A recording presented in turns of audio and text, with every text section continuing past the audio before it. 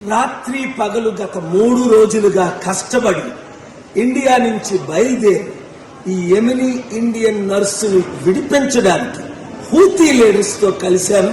Media మిత్రులు మీరు చాలా మంది అది నిన్న ముఖ్యంగా నేను సుప్రీం కోర్టులో మోదీ గవర్నమెంట్ లీడర్ మేమేమి చేయలేము, సనా సిటీలో గవర్నమెంట్ లేదు అన్నారు. అది అబద్ధం.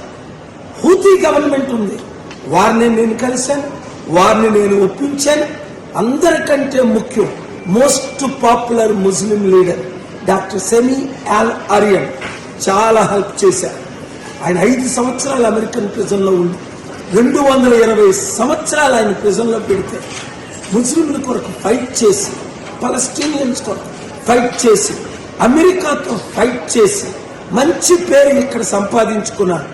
ఆయన సహాయంతో, చైర్మన్ మహదీ ఇబ్రహీం సహాయంతో, షేక్ అహ్మద్ గారి సహాయంతో, హూటీ లీడర్ హూతీ సహాయంతో, అలాగే కొంతమంది ఇరానియన్స్, ఒమాన్ లీడర్స్ కూడా హెల్ప్ చేశారు. కానీ మెయిన్ ఎక్కడైతే నిమిషా ప్రియ ప్రిజన్ లో ఉందో అది సనా, ఒకప్పుడు ఒరిజినల్ క్యాపిటల్.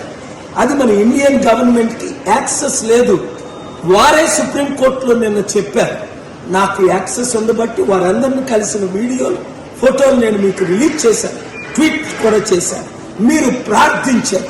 గవర్నమెంట్ చేయలేని పని దేవుడు చేయగలడు, గాడ్ కెన్ డూ అన్నారు.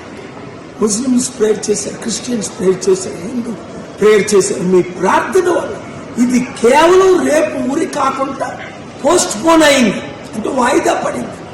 ఫ్యామిలీ ఎవరినైతే నిమిష చంపేసిందో సిచ్యువేషన్స్ మీకు తెలుసు. వారికి $1 మిలియన్ ఇస్తామని నేను హామీ ఇచ్చాను. 1 వీక్ లోపునే. ఇప్పుడు ఇండియన్ గవర్నమెంట్ ఇస్తుందా, నన్ను ఇమ్మంటారు. మీరు కానీ విడిపించారంటే మీరే $1 మిలియన్ ఇవ్వండి, మీరే క్రెడిట్ తీసుకోండి. దేశం సర్వనాశనం అయిపోతుంది, పట్టించుకునేవారు లేరు.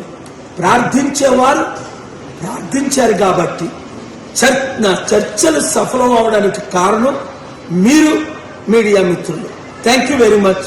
ఈ వీడియో అందరికీ షేర్ చేయండి. ఇది కేవలం వాయిదా పడింది, అందుకనే మళ్ళా నేను ఇప్పుడు ఆ లీడర్ని కలడానికి, ఎందుకంటే యెమెన్ చాలా డేంజరస్, అసలు ఎవ్వరు వెళ్ళలేరు. నాకు గనుక అంబాసిడర్ గవర్నమెంట్లు హోస్ట్ చేశారు గనుక ఆ లీడర్స్ ని బయటకు రప్పించే. ఎందుకంటే ఒకవైపు హూతీ లీడర్స్ కంట్రోల్, అదే భాగంలో గవర్నమెంట్ లీడర్స్ కంట్రోల్.